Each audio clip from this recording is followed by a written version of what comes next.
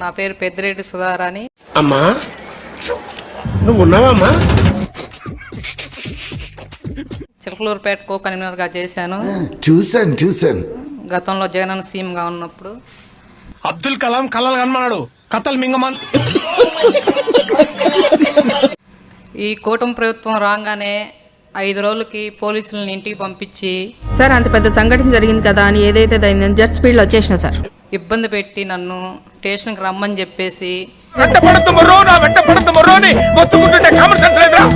సర్లే అని చెప్పేసి నేను మా ఇంటికి వెళ్ళిన తర్వాత, అమ్మోళ్ళ ఇంటికి వెళ్ళిన తర్వాత మళ్ళీ మా వారిని పిలిపించి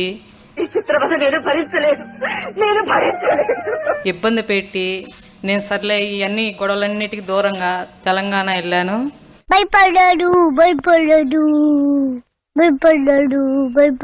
తెలంగాణ వెళ్ళినా కూడా అక్కడ కూడా ఇబ్బంది పెడుతూ అయినా కూడా వదలలేదు నాకు. ఫోన్లు చేస్తూ నేను హౌస్ కట్టుకున్నాను చిలకలూరుపేటలో, దాన్ని కూడా కూల్చేస్తామని ఇబ్బంది పెడుతూ.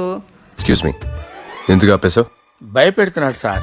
మా వారిని జాబ్ చేస్తుంటే అక్కడ నుంచి పిల్లలతో సహా అర్ధరాత్రి నైటు బాబు కానిస్టేబుల్ ఏమండి నన్ను ఎవరనుకుని అరెస్ట్ చేశారండి?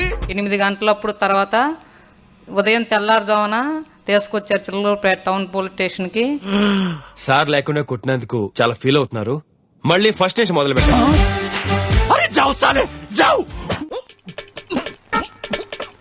పోలీస్ స్టేషన్ లోకి తీసుకెళ్లకుండా వెనక పక్క క్వార్టర్స్ తీసుకెళ్లి 2 రోజులు అక్కడే పెట్టేసి. మీరు మాట్లాడింది నిజమేనా? ఎందుకు వచ్చింది అనుమానం? ఇప్పుడు ఎలాగంటారండి, సీన్ క్లైమాక్స్ లో నిర్ణయం చేసి ఆడుకుంటారు. నా భర్తని ఒక ఉద్యోగస్తుడు బీటెక్ సోషల్ మీడియాకి అసలు సంబంధం లేదు.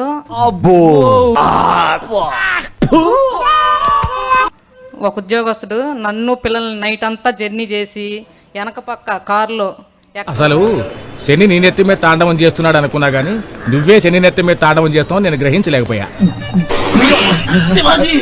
ఎక్కడో లాస్ట్ ను కూర్చోబెట్టి ఇబ్బంది పెడతా, కారులో వస్తా, తిడతా, ఇబ్బంది పెడతా, కొడతా తీసుకొచ్చాడు పిల్లలు. చిత్రహింసల్లో ఏం లోటుపాట్లు లేవు కదా. భార్యాభర్తలు ఇద్దరు నైట్ పూట అంటే ప్రశ్నించకూడదా సోషల్ మీడియాలో? అటు చూడు, అసలు నన్ను భయపెట్టాలని చెప్తారు ఏంద్రా, ఇక్కడ పులి పెట్టరా? తెలుగు సినిమా నటి ప్రస్తావన వస్తే ముందుగా నీ పేరే తలుచుకుంటారు తల్లి. ఇద్దరైతురని కూడా లేకుండా భార్యాభర్తలు ఇద్దరిని తీసుకొచ్చి కొట్టి హింసించి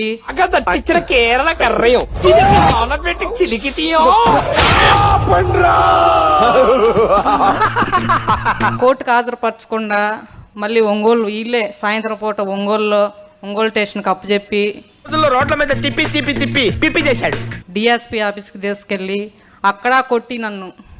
ఒక మహిళ ఏం ప్రశ్నిస్తే తప్పై ఉంది అంటారా దీన్ని? ఎవరన్నా కిషోర్ అమ్మ అంటారా దీన్ని? ఇచ్చిన హామీలనే కదా ప్రశ్నిస్తుంది మనం.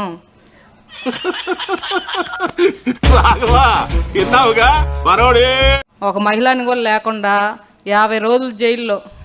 ఆడికి అలాగే అవ్వలేరా? ఎక్కడ చరిత్ర లేదు. జగనన్న మహిళలకి సంక్షేమ పథకాలు అందిస్తుంటే కామెడీ చేస్తున్నావా? చంద్రబాబు మహిళల్ని జైల్లో పెట్టేస్తున్నాడు. వీడు మారడు, బుద్ధి లేని సన్నాసి. ఎక్కడా లేదు చరిత్రలో. ఆడపిల్లని 50 రోజులు జైల్లో పెట్టి ఒక్క కేసు మీద. నేను ఎక్కడా చదవలేదు, ఏ సినిమాలో కూడా చూడలేదు. ఆ పదవి ఎలా వచ్చిందంటావు నా నోట్లో నుంచి? నోటు దొరకాకపోతే ఒక్క కేసు మీద 17 సార్ల ఎఫ్ఐఆర్లు నమోదు చేపించి ఎంత ఘోరం జరిగిపోయిందిరా. 17 కేసులు మొత్తం నా మీద, నా భర్త మీద 12 కేసులు. వీడు ఈ టైప్ లో తగిలేడేంటి? అసలు ఎటువంటి కనీసం సోషల్ మీడియా అనే యాప్ కూడా నా భర్తకు లేదు. అరే నిజం చెప్పురా, నీ ముఖం చూస్తుంటే నాకేదో తేడా కొడుతుంది.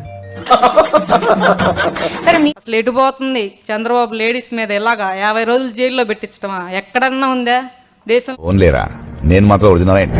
సార్ ఏం మాట్లాడుతున్నారు సార్ మీరు? నేను డమ్మీని. పాతాళానికి తొక్కాలి అని చంద్రబాబు ప్రయత్నిస్తున్నాడు. కాదండి, మీరు చెయ్యాలంతే.